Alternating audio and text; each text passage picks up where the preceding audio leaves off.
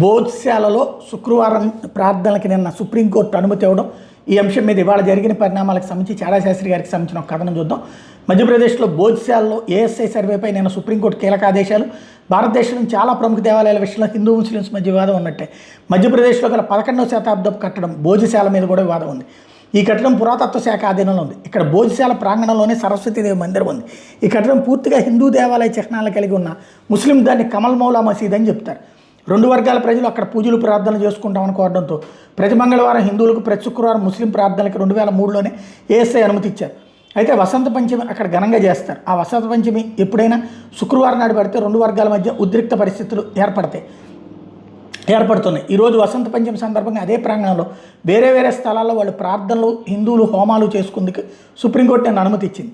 ఇది ఎలా ఉంటే అసలు భోజశాల హిందువుల మందిరమే, మమ్మల్ని అక్కడ వారానికి ఒకరోజు మాత్రం పూజలు చేసుకోవడానికి అనుమతించడం అన్యాయం. ఆ ప్రాంగణం మొత్తం పురాతత్వ శాఖచే సర్వే చేయించాలని హిందూ సంఘాలు మధ్యప్రదేశ్ హైకోర్టులో పిటిషన్ వేస్తే భోజశాలలో పూర్తి సర్వే నిర్వహించాలని, ఆ సర్వేలో ఎటువంటి భౌతిక మార్పులు చేయకూడదని, తవ్వడాలు చేపట్టకూడదని, ఫోటోలు వీడియోలు మాత్రమే కాకుండా గ్రౌండ్ పెనిట్రేటింగ్ రాడార్, జీపీఎస్ వంటి ఆధునిక టెక్నాలజీలు ఉపయోగిస్తూ సర్వే నిర్వహించాలని 2024 సంవత్సరం మార్చి 11 హైకోర్టు తీర్పిచ్చింది. హైకోర్టు తీర్పుపై స్టే విధించాలని ముస్లిం వర్గం సుప్రీంకోర్టుకు వెళ్తే సర్వే మీద స్టే విధించడానికి సుప్రీంకోర్టు తిరస్కరించింది. అసలు ఏంటి భోజశాల? బోధ్శాల మధ్యప్రదేశ్లోని తార్ ప్రాంతంలోని ఒక సుప్రసిద్ధ చారిత్రాత్మక భవన సముదాయం. ఈ పేరు మధ్య భారతదేశానికి చెందినటువంటి పరమార రాజవంశానికి చెందిన ప్రసిద్ధ భోజరాజు నుండి వచ్చింది. దీనిలో పలు కాలాల్లో నిర్మించిన కట్టడాలు ఉన్నాయి. కానీ ముఖ్య కట్టడాలు 12వ శతాబ్దంలో నిర్మించినవిగా నిర్ధారించారు. 14-15 శతాబ్దాల్లో మొఘల్ ఆక్రమణదారులు వీటి మీద గుమ్మటాలను నిర్మించారు. ఈ పురాతన కట్టడం మీద ఆసక్తితో అప్పటి ఆంగ్లేయ చరిత్రకారులు జాన్ మాల్కమ్ పలు పరిశోధనలు చేసి పలు ఆసక్తికరమైన విషయాలు బయటపెట్టారు. వాళ్ళకి లభించిన ఆధారాల్లో భోజన కాలంలో నిర్మించబడ్డ నిర్మాణాల ప్లాన్స్, నీరు నిల్వ చేసే డ్యామ్స్ ప్లాన్స్ ఆధారాలు దొరికాయి. అలాగే ప్రస్తుతం కమల్ మౌలా మసీదుగా పేర్కొంటున్న దానిలో సంస్కృతం, ప్రాకృత భాషల్లో రాసిన పలు శిలాఫలకాలు గోడల మీద, నేల మీద, పైకప్పు మీద కనుగొన్నారు. అంతేకాకుండా వివిధ దూర ప్రాంతాల నుండి శిలలు తెచ్చారని ఆధారాలు లభించాయి. ఆ రాతి పలకల మీద రాసిన శిలాశాసనాలు, ఇతర రచనలు దొరికాయి. వాటిలో ముఖ్యంగా 2 పలకల మీద సర్పం ఆకారంలో నిక్షిప్తం చేసిన సంస్కృత భాష వ్యాకరణ సూత్రాలు ఉన్నాయి.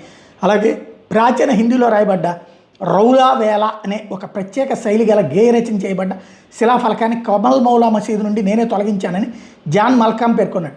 ప్రస్తుతం ఇది ముంబై మ్యూజియంలో భద్రపరిచి ఉంది. అలాగే భోజరాజు ప్రాకృత భాషలో రాసిందిగా చెప్పబడుతున్న కూర్మ శతకం శిలాఫలకం ఇప్పటికీ అక్కడ ఉంది.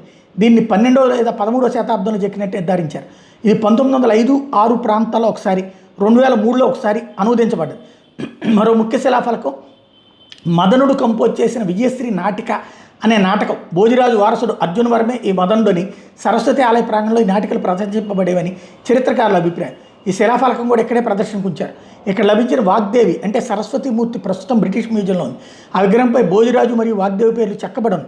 సుమారు 1000 మరియు 1055 సంవత్సరాల మధ్య పాలించిన భోజరాజు భారతీయ రాజులో గొప్ప రాజుగా గుర్తింపబడ్డాడు. అతని కాలంలో అన్ని రకాల కళలను ప్రోత్సహించిన ప్రముఖ కళాపోషకుడుగా గొప్ప పేరు తెచ్చుకున్నాడు. అతని పట్ల గౌరవంతో తత్వశాస్త్రం, ఖగోళ శాస్త్రం, వ్యాకరణం, వైద్యం, యోగా, వాస్తుశిల్పం మరియు ఇతర విషయాలపై పెద్ద సంఖ్యలో రాయబడ్డ సంస్కృత రచనలను పండితులు ఆయనకు ఆపాదించారు. వీటిలో కవిత్వ రంగంలో బాగా పేరు తెచ్చుకున్న ప్రభావవంతమైన గ్రంథం శంగర ప్రకాశం. శృంగారమే విశ్వంలో ప్రాథమిక ప్రేరణ అని ఈ గ్రంథం తెలియజేస్తుంది. మధ్యప్రదేశ్లోని భోపాల్ అనే పేరు మీద అంటే భోజపాల్ రూపాంతరం చెంది భోపాల్గా మారింది అని స్థానిక కథనం.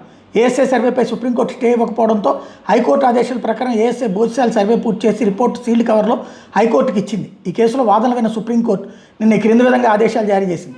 High court division bench ASI report open కోర్టులో తెరవాలి. రిపోర్టు కాపీలు 2 పార్టీలకు అంటే హిందూ మరియు ముస్లిం సైడ్స్కి ఇవ్వాలి. ఈ రిపోర్ట్లో కొన్ని భాగాలు కోర్టు బయటపెట్టడానికి ఇష్టపడకపోతే వాటి ఇన్స్పెక్షన్కి 2 పార్టీలకు అనుమతించవచ్చు. ఈ ప్రక్రియ 2 వారాలు అంటే ఫిబ్రవరి 5, 2026లోగా పూర్తి చేయాలి. రిపోర్టు కాపీలు పొందిన తర్వాత 2 పార్టీలు 2 వారాల్లో తమ అబ్జెక్షన్లు, సజెషన్లు, అభిప్రాయాలు ఫైల్ చేయొచ్చు. ఆ తర్వాత హైకోర్టు ఫైనల్ హీరింగ్లో ఈ అబ్జెక్షన్లను పరిగణలోకి తీసుకుని నిర్ణయం తీసుకోవాలని సుప్రీంకోర్టు ఆదేశాలు జారీ చేసింది.